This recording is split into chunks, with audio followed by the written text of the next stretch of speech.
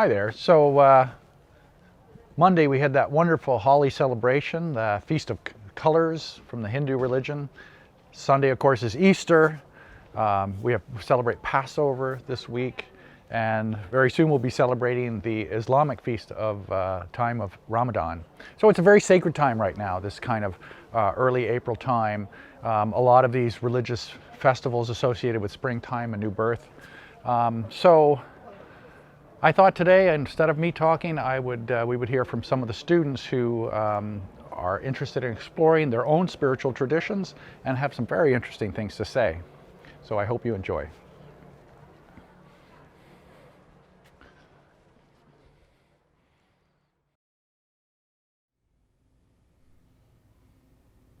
Well, thank you all for coming. So I've been reflecting about Easter lately and thinking about Easter, which is this kind of central Christian feast.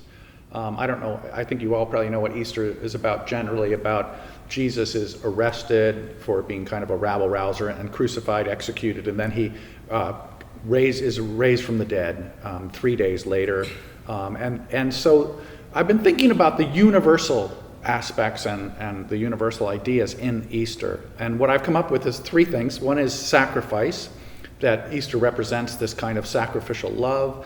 And the second is surrender, this idea of, that the spiritual path, the religious life involves surrendering to the divine, to God. And the third is rebirth. And so because every religion, of course, has this sense that our lives are full of these times when we experience a rebirth or renewal. And so I wanted to ask you from your points of view, because you all represent different traditions, just how those three kind of fit into your lives and your understanding and maybe even your spiritual path. And Tarek, I'm going to start with you. Just ask you to introduce yourself, tell people who you are a bit, and talk, we're coming up to Ramadan, this time of fasting. So how do you see sacrifice ideally as a positive aspect of the spiritual life? Well, first of all, thank you very much for having me here. And as a Muslim, I think sacrifice is a pretty big thing. And as you mentioned, now as we come up, as Ramadan's coming up, this idea of sacrifice, I'd like to think about Ramadan as sacrificing or surrendering our luxury and sacrificing our luxury in order to undergo this spiritual way and cleansing of ourselves. So we're sacrificing the luxury of having to drink water throughout the day or having to eat throughout the day in order to see what it's like for others, for the poor people who necessarily might not even eat for a week or two perhaps and are surviving off of water once a week or once a day. And so it really makes a deep sense of gratitude within us. And it also makes us relate with others and as well to reach out to others and help them out as well. So, yeah. Great, that's fine, thank you. And your background is you're Muslim, Yep. And your home is in Syria. Syria. Yeah. Okay, great, thank you so much for that. I'm just going to go around. Isaac, tell us about yourself a little bit. And you've heard Tarek, just this idea about how in order to live a rich spiritual life, sometimes that involves sacrifice. Maybe you could share some things with us. Well, hi, I'm Isaac. I'm from New York and I'm Jewish. And around this time of year, the Jews usually celebrate Passover. And that's a celebration of the Jews escaping Egypt and going to Israel.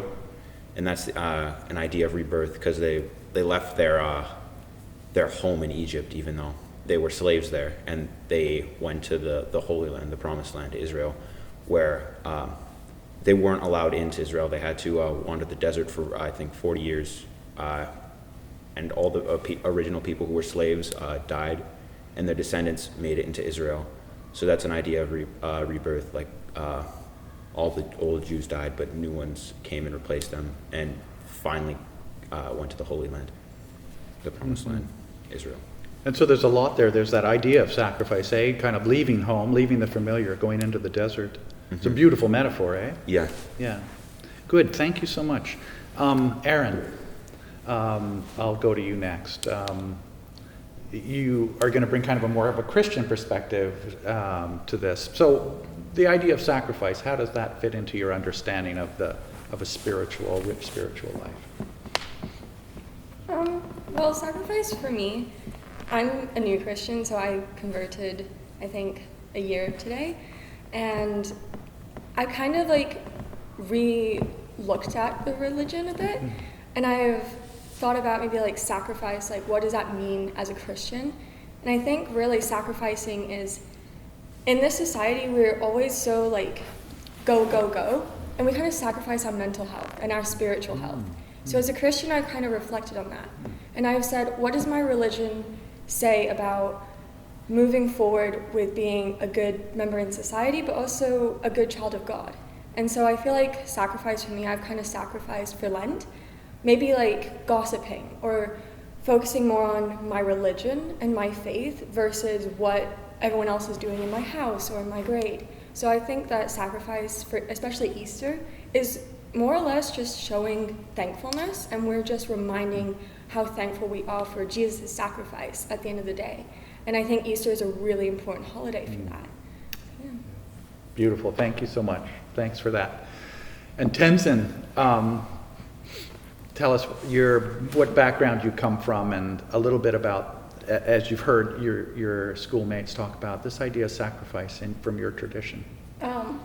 Okay, so I am Tenzin and I'm from Nepal and I'm a Buddhist. So sacrifice is like very big thing in our like tradition or culture, and like cause like when I was little, like my family and like the religious, like especially the main Lord Buddha's teaching was like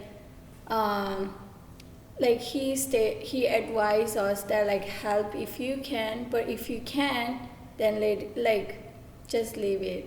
So I think like that is very like good quotes to advise like younger generations in our life as well, because like if you can help, or like if you can help, you can help them, that is very good, but like if you can't help, at least like don't harm them. So when I was little, like in our Tibetan like books, like textbook, we always have to study about like this kind of story, like where there is a place in Nepal, it's called Namo Buddha, and then how Lord Buddha, he sacrificed his body to the hungry tiger, and that story is like very good, and it just gave us very like big, huge, like significant lessons to all the younger generation if we study about that. So it's an inspiration to be willing to give of yourself to others, really. That's how you see it in your life. Oh, that's great. Thank you. Thank you all. It's just been a time of grace for me to listen to you all. It's been wonderful. So thank you all very much, and have a great rest of your day. Thank you very much for having us. Thank you. Thanks. That was great. Thank you. I don't